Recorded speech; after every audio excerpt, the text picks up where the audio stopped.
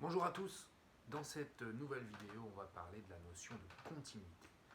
Une notion qui en maths peut être très difficile, mais il y a moyen de la rendre facile quand on s'autorise une certaine liberté, on va dire, et quand on s'autorise à travailler un petit peu avec des croquis. Encore une fois, ça nous aide beaucoup, les croquis. Alors, il y a une façon de définir la continuité de manière un peu empirique, mais qui va beaucoup vous servir au début. Ça va être la suivante. On va parler d'une fonction continue. On va dire qu'une fonction est continue sur un intervalle quand on pourra tracer sa courbe sans lever le crayon. Là, moi j'ai tracé une courbe et en fait j'ai réussi à la tracer. Je pourrais le refaire en direct. Je l'ai tracée sans lever mon crayon. Alors ça, c'est la courbe représentative d'une fonction continue. Et puis ici, j'ai une autre courbe et celle-ci, pour la tracer, à un moment, j'ai dû lever mon crayon. Alors cette courbe-là, eh bien, elle a une discontinuité. Parce que je n'ai pas pu la tracer sans lever mon crayon. Alors on va dire que c'est une fonction qui n'est pas continue sur l'intervalle en question que j'aurais pu symboliser ici, qui est l'intervalle qui part de cette valeur-là et qui arrive jusqu'à cette valeur-là. Voilà une première façon d'appréhender doucement la notion de continuité. Donc on répète, c'est continu quand je peux tracer la courbe sans lever le crayon, et sinon c'est pas continu. Alors, vous vous doutez bien que ça c'est pas une définition mathématique rigoureuse, il va falloir en trouver une. Alors en fait, il y a deux façons d'écrire une définition rigoureuse. Une première façon qui est celle que je vais vous donner cette année, puis une deuxième façon qu'on ne verra pas parce qu'elle est trop compliquée. C'est la version quantificateur avec des epsilon, des delta, des eta, c'est dur. Alors on va rester assez simple et vous allez voir que c'est déjà pas mal. Mais avant de parler de continuité sur un intervalle, pour une fonction, avant de dire telle ou telle fonction elle est continue sur R ou elle est continue sur l'intervalle 0,3, on va parler de ce que c'est que la continuité en un point. La continuité en un point. Alors la continuité en un point, c'est quoi?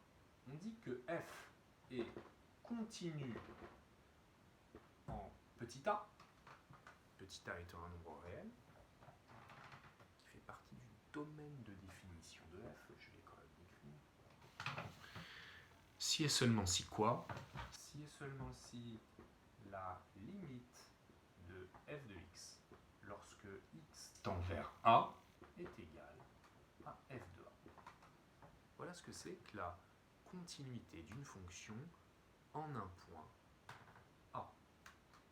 Ça veut dire que, en fait, la limite de la fonction, quand je me rapproche de a, c'est la même chose que l'image en a. Voilà. Ça paraît un peu flou. On va voir ce qui se passe sur nos petits schémas, qui nous servent à quelque chose. Là, il y a a, et puis là, c'est la fonction f. Et puis, vous savez très bien comment aller chercher la valeur de f de a graphiquement. La valeur de f de a graphiquement, c'est ça. C'est l'ordonnée du point d'abscisse a. Ça, c'est f de a. Maintenant, si je m'intéresse à la limite éventuelle de la fonction, qu'est-ce que c'est que la limite éventuelle de la fonction en un réel, le réel a? Eh bien, c'est finalement la valeur, elle n'existe peut-être pas, mais si cette limite existe, c'est la valeur vers laquelle tend mon f de x quand je rapproche x de a. Mais alors, il y a deux façons de faire tendre x vers a. Je peux faire tendre x vers a quand je viens de la gauche, c'est-à-dire que mon petit x, il est par là, il est ici, et puis je le fais se rapprocher de a. Voilà.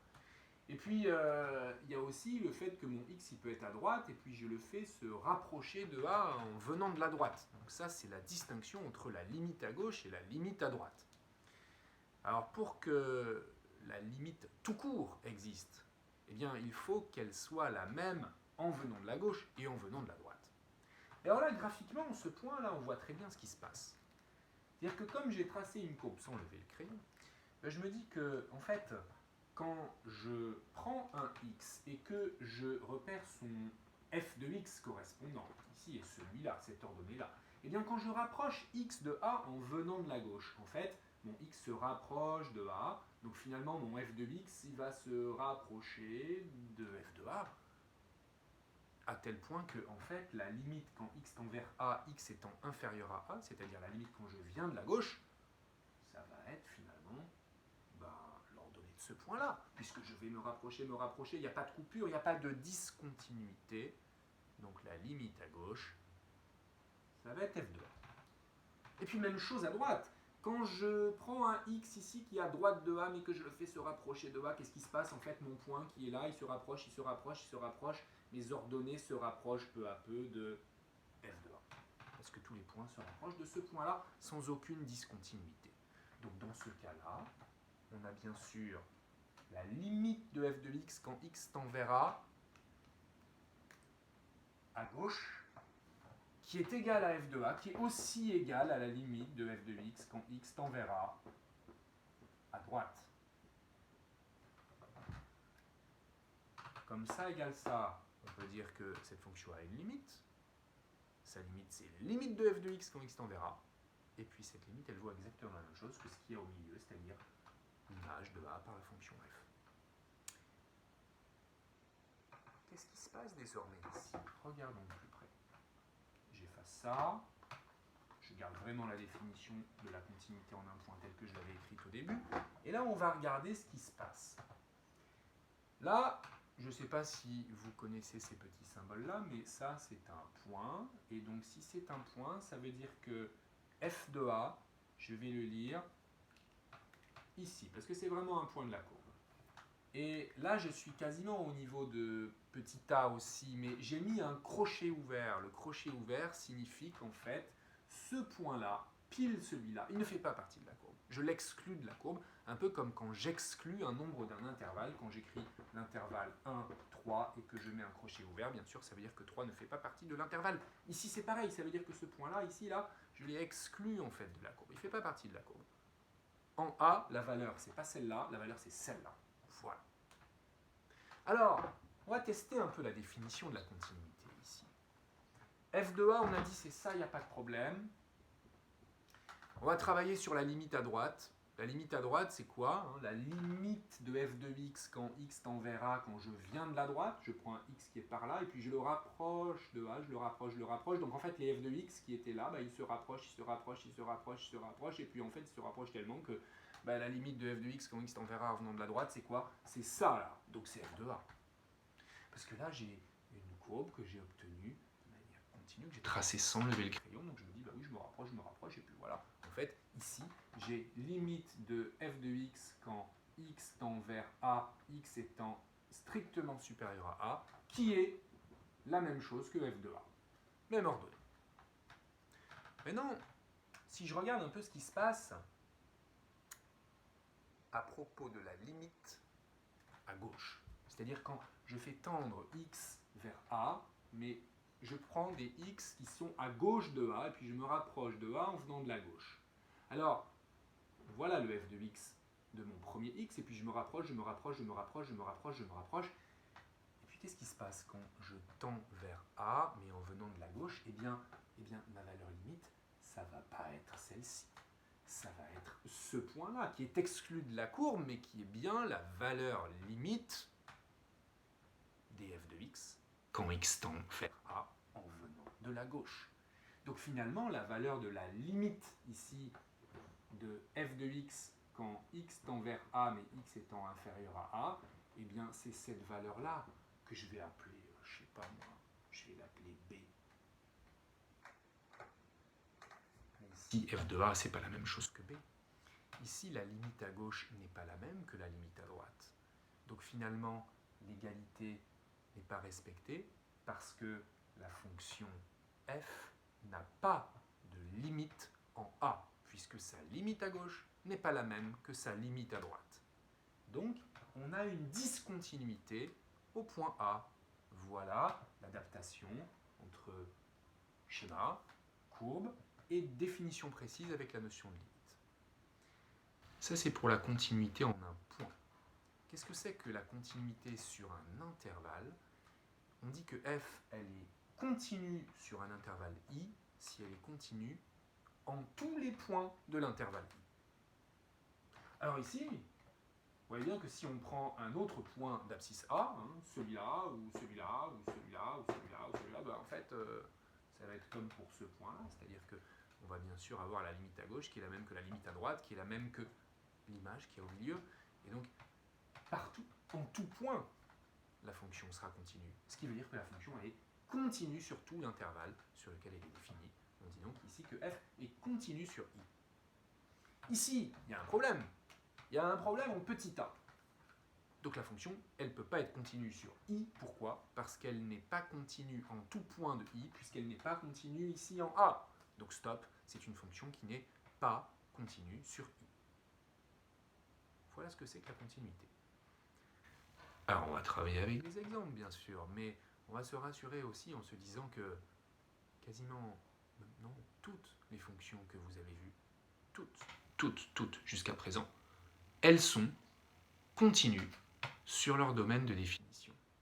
Alors attention, quand on travaille sur des points en lesquels la fonction n'est pas définie, bien évidemment, c'est pas continu. Je vous donne un exemple. La fonction inverse.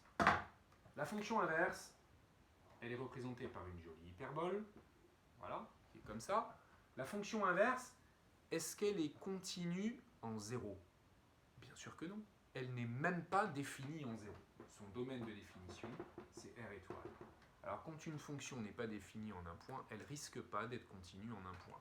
Tiens, à côté, je vous remets la définition de la continuité. Tout de même, limite de f de x quand x tend vers a égale f de a. Ça, c'est donc la continuité en un point.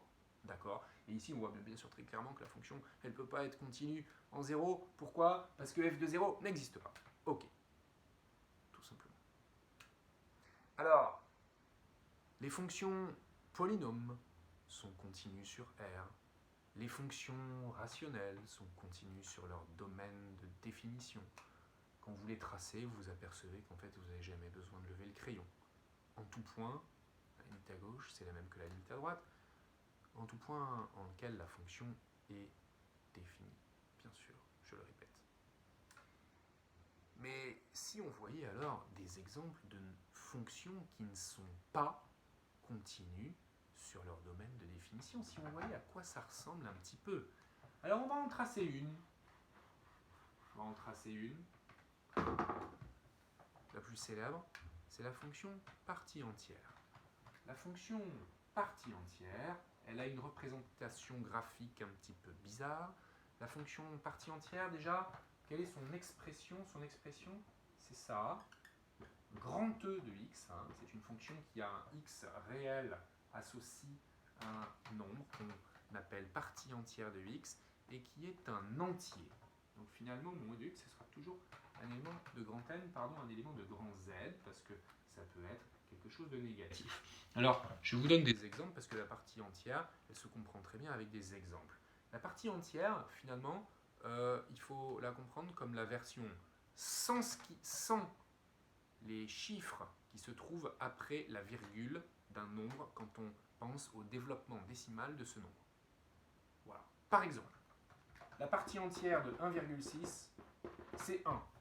La partie entière de 2,99, c'est 2. En fait, c'est le plus grand entier qui est inférieur ou égal à l'antécédent dont je veux calculer l'image. Encore quelques exemples. Si j'ai déjà un nombre entier à l'intérieur, partie entière de 3, ben c'est 3. Voilà. Et si j'ai un nombre qui ne s'écrit pas avec des décimales, comme par exemple partie entière de 1 tiers, bah, je pense quand même à son développement décimal, 0,3333, je me dis, bon, bah, la partie entière c'est 0. Ok, d'accord. Partie entière de pi, ça va être 3, etc. etc. Qu'est-ce qui se passe si j'ai des négatifs? C'est la même chose, hein. Le plus grand entier, relatif donc, qui est inférieur ou égal au nombre en question. Partie entière de moins 1,8. Et bien c'est moins 2. Voilà. Partie entière de moins 0,1, et bien c'est moins 1, etc., etc. Si j'essaie de représenter le graphe, c'est-à-dire la courbe représentative de cette fonction partie entière, ça me donne quelque chose d'un peu bizarre. Partie entière de 0, c'est 0. Partie entière de 0,1 c'est 0, de 0,2 c'est 0, de 0,3 c'est 0, etc., etc., etc. Et puis quand je suis à 0,99999, c'est toujours 0. Par contre, dès que j'arrive à 1, hop, je change et je passe à 1. Parce que partie entière de 1 c'est 1. Mais pourtant, partie entière de 0,9, c'est 0. Partie entière de 0,99, c'est 0. Partie entière de 0,1 milliard de 9, c'est 0. Mais dès que je passe à 1, je passe brutalement à la valeur 1. Et même chose, 1,1, 1,2, 1,3, jusqu'à 1,9999 et quelques. Et puis là, stop, pause. Et je repasse ici à la valeur 2, etc. Et donc voilà à quoi ressemble ma fonction partie entière. C'est une succession de sortes de segments un peu bizarres comme ça. Alors bien évidemment, avec la version graphique, un peu intuitive et empirique de la notion de continuité, je trace une courbe sans lever le crayon. Vous comprenez bien que cette fonction n'est pas continue, parce que là j'ai dû lever le crayon plein de fois en plus pour tracer cette courbe. Elle n'est pas continue en quel point cette fonction partie entière? Eh bien, elle n'est pas continue en 1, elle n'est pas continue en 2, elle n'est pas continue en 3, elle n'est pas continue en 4. En fait, elle n'est pas continue en tous les nombres entiers relatifs. Mais partout ailleurs, elle est continue, parce que partout ailleurs, j'ai réussi à la tracer sans lever le crayon. Et puis partout ailleurs, je me dis que si je prends un point, là, comme ça, eh ben, la limite à gauche sera la même que la limite à droite, sans souci. Par contre, dès que je suis en un entier, qu'est-ce qui se passe? Prenons le cas de x égale 1, petit a égale 1 plutôt. Si je prends petit a égale 1, que vaut la limite à gauche? Elle vaut 0, parce que je peux m'approcher autant que je le souhaite de 1 en venant de la gauche, ma valeur sera toujours 0. Alors que pile en 1, c'est-à-dire le f de a, il vaut 1, on va écrire tout ça. On va écrire que la limite de f de x quand x tend vers 1 en étant inférieur à 1, c'est 0. On va écrire aussi que f de 1, c'est 1.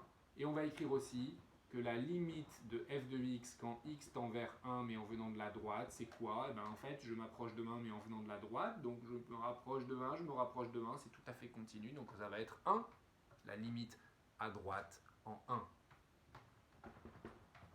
Et vous comprenez bien qu'il y a un problème, puisqu'on n'a pas la même limite à gauche que la limite à droite, donc cette fonction n'a pas de limite en 1, donc on n'a pas l'égalité f de 1 égale limite de f de x quand x tend vers 1, puisque cette limite n'existe pas, et donc la fonction n'est pas continue en 1. Voilà un exemple de fonction qui n'est pas continue en un point, une fonction relativement moyennement simple, mais que vous pouvez comprendre. Alors, voilà la notion de continuité. On peut la retrouver dans d'autres types de fonctions, qui sont des fonctions que l'on appelle des fonctions définies par morceau. Je vais vous donner un exemple de fonction définie par morceau qui soit continue, pour voir à quoi ça ressemble. Voilà une fonction définie par morceau. On va écrire que f de x égale exponentielle de moins 1 sur x carré, si x est différent de 0, et 0 si x égale 0. Pourquoi je fais ça? Qu'est-ce que c'est que cette fonction bizarre avec une accolade? Eh bien, c'est une fonction que je définis de deux manières différentes selon qu'on soit sur un certain intervalle ou sur un autre intervalle. Vous avez déjà vu ce genre de fonction. La première que vous ayez vue qui ressemble à ça, c'est la fonction valeur absolue de x, puisque valeur absolue de x, c'est une fonction qu'on peut écrire avec des accolades. Elle vaut x si x est supérieur ou égal à 0, et elle vaut moins x si x est inférieur strictement à 0. Cette fonction, par exemple, elle est continue. Elle est continue parce que, bien évidemment, son expression, c'est x, ça c'est parfaitement continu sur la partie positive, moins x, c'est parfaitement continu sur la partie négative, et en 0, il faut aller voir ce qui se passe, mais en 0, eh bien, valeur absolue de 0, ça vaut 0, et la limite à gauche, elle vaut 0, et la limite à droite, elle vaut 0. Parce que quand je suis sur cette expression-là que je fais tendre x vers 0, ça tend vers 0. Quand je suis sur cette expression-là que je fais tendre x vers 0, ça vaut 0 aussi. Donc cette fonction est continue en 0. Donc au final, comme elle était continue partout ailleurs, elle est continue partout. Donc ça, c'est continu sur R. Et quand on regarde son graphe, de toute façon, on se dit, ah bah oui, elle a l'air continue cette fonction. Alors là, j'ai levé le crayon parce que... Ah, j'ai pas levé le crayon. Hein, le V, l'oiseau de la fonction valeur absolue, c'est continu sur R, bien sûr. Alors celle-ci, on va s'y attarder, on va regarder qu'est-ce qu'on doit faire pour voir si cette fonction est continue ou pas sur son domaine de définition qui est grand R. Bien évidemment, l'expression qui est ici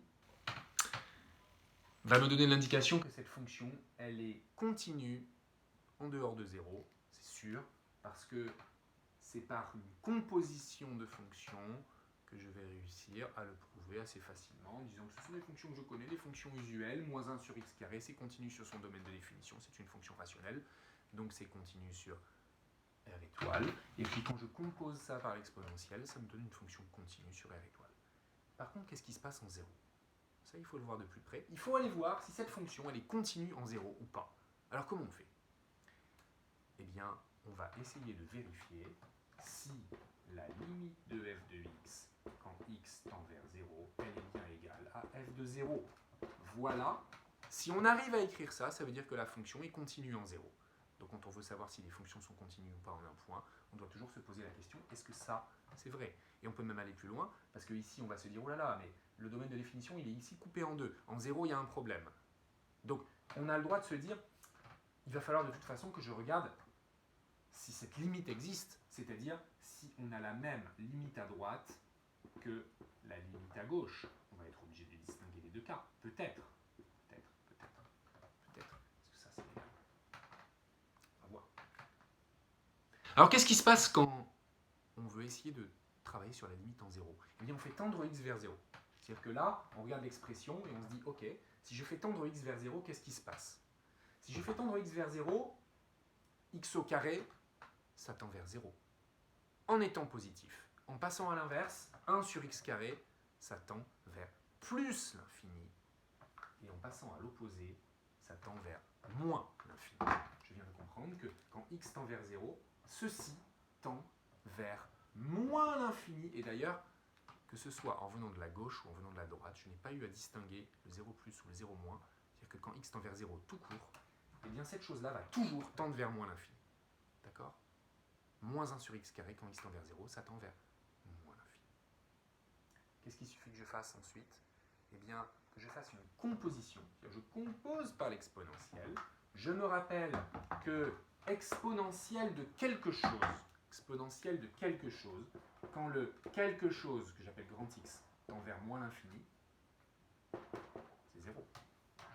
Donc par composition, ceci tend vers 0 lorsque x tend vers 0. Donc ici, eh bien, ça je ne l'ai pas encore, je ne le sais pas, mais je viens de comprendre que ça tend vers 0 lorsque x tend vers 0. Je dois comparer ça à f de 0. Mais comment je peux avoir f de 0 ? Eh bien, je regarde l'expression de ma fonction. Là, j'ai son expression quand x est différent de 0. Là, j'ai son expression quand x vaut 0. Donc, quand x vaut 0, ma fonction, elle vaut 0. Donc, f de 0, ça vaut 0. Conclusion, ça, c'est égal à ça. Donc, ça, c'est égal à ça. Qu'est-ce que je viens de prouver ? Que la fonction est continue en 0. Parce que sa limite en 0, elle existe. Et c'est la même que son image en 0. La fonction est continue en 0. Comme on a dit qu'elle était continue aussi sur R étoile, alors elle est continue partout. C'est une fonction continue sur R.